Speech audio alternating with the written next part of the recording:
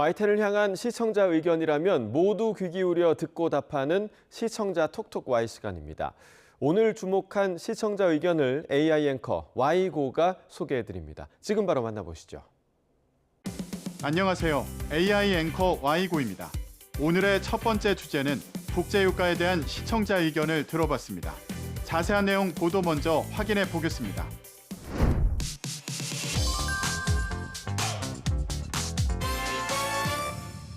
AI 거품론에 흔들리고 있는 미국 증시의 연말 랠리는 금리 인하 여부가 크게 좌우하게 됐습니다. 미국 증시를 두고 금리 인하와 국제 유가가 어떤 영향을 미칠지 짚어본 리포트가 있었습니다. 권영희 기자입니다. 최근 서부 텍사스산 원유는 1배럴에 $60 아래로 떨어졌습니다. 코로나19 팬데믹 완화에 이은 공급 과잉이 원인입니다. 최근 미국 정부의 원유 시추 확대 정책과 우크라이나 전쟁 종전 분위기도 한몫했습니다. 유일한 불안 요소는 베네수엘라입니다. 미국은 마약과의 전쟁을 이유로 베네수엘라를 압박하고 있습니다. 우크라이나 전쟁 종전 분위기, 베네수엘라 압박 등 주요 이슈를 짚고 국제 유가 흐름을 설명한 보도였는데요. 미국 증시의 연말 랠리 여부로 금리 인하와 국제 유가가 중요하다고 분석한 보도였는데 석유 수출국 기구인 오펙의 최근 정책 등 국제 유가에 미치는 영향을 분석해줬다면 신층적인 정보를 제공했겠다는 시청자 의견이 있었습니다. 시청자 톡톡와이에서 석유 수출국 기구 오펙이 최근 발표한 내용에 대해 살펴봤습니다. 석유 수출국 기구 회원국과 러시아 등 주요 산유국으로 이루어진 오펙 플러스는 사우디아라비아, 러시아, 아랍에미리트, 카자흐스탄, 쿠웨이트, 이라크, 알제리, 오만 8개국으로 구성됐는데요. 오펙 플러스는 세계 원유 공급의 절반을 담당하고 있는데 지난달 회의를 통해 2026년 1분기 원유 생산을 목표로 추가 증산을 중단하고 현 수준에서 유지할 전망이라고 전했습니다. 이러한 결정은 수요 둔화, 공급 과잉 우려, 지정학적 불확실성, 유가 방어 등의 여러 이유를 들 수 있는데요. 이번 오펙 플러스의 결정에 대해 8개국 에너지 장관들은 1분기는 전통적으로 수요가 약한 시기이기 때문에 계절적 수요 둔화를 반영한 것이라고 증산 중단 이유를 설명하기도 했습니다.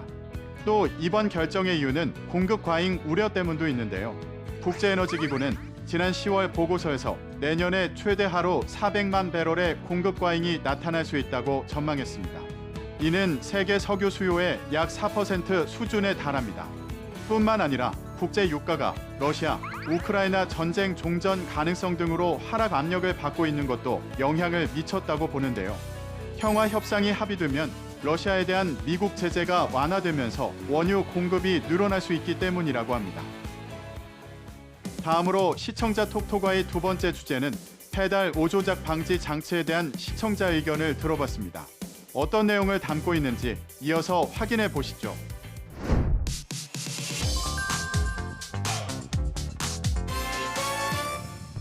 최근 브레이크 대신 가속 페달을 잘못 밟아 차량이 돌진하는 사고가 잇따르면서 시민 불안이 커지고 있습니다.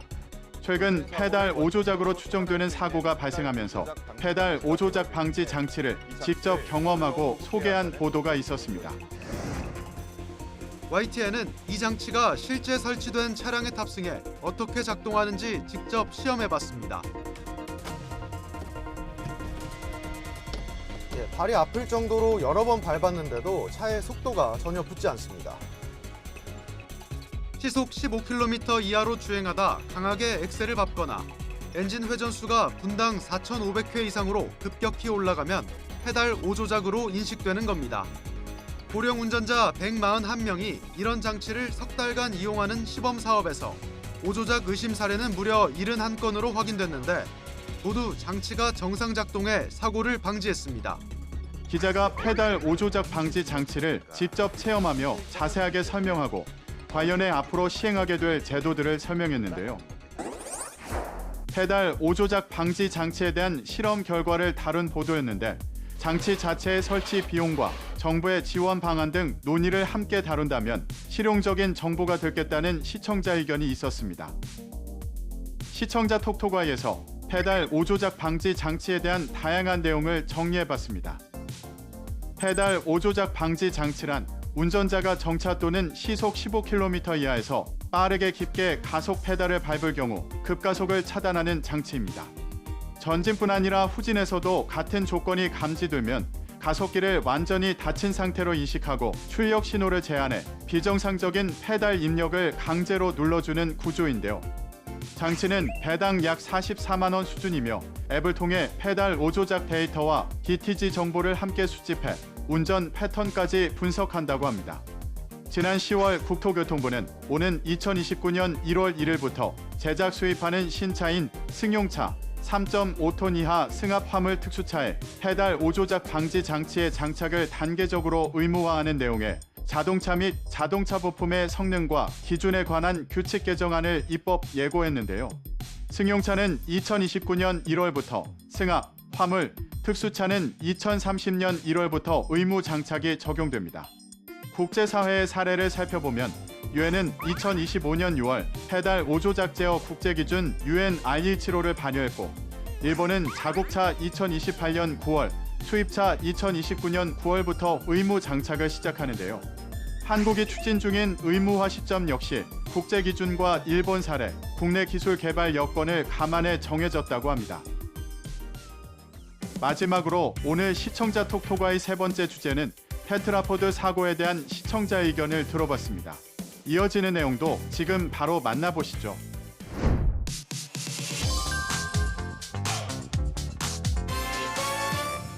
파도와 해일 피해를 막기 위해 설치된 테트라포드는 높이가 최대 5m에 달해 추락하면 자력 탈출이나 구조가 어렵습니다. 테트라포드 추락 사고 사례를 전하며 얼마나 위험한 사고인지 알리고 주의가 필요함을 전한 보도가 있었습니다. JCN 울산중앙방송 나경훈 기자입니다. 지난 1월 테트라포드에 올라간 40대 남성이 발을 헛디뎌 추락하는 사고가 났습니다. 앞서 지난 1일에도 슬도 방파제에서 60대 남성이 테트라포드 사이로 추락해 구조됐습니다. 울산의 테트라포드 추락 사고는 해마다 반복되고 있습니다. 올해 발생한 사고는 현재까지 7건, 이미 지난해 건수를 넘어섰습니다. 특히 지난해 5건 중 2건은 사망사고였습니다. 울산에서 발생한 테트라포드 사고에 대한 건수 등 상황을 알리고 해마다 반복되고 있다는 점을 짚었는데요. 테트라포드 추락 사고의 위험성에 대해 다룬 보도였는데 울산 사례뿐 아니라 다른 지역 사례와 대응까지 함께 다뤘다면 더욱 유용했겠다는 시청자 의견이 있었습니다.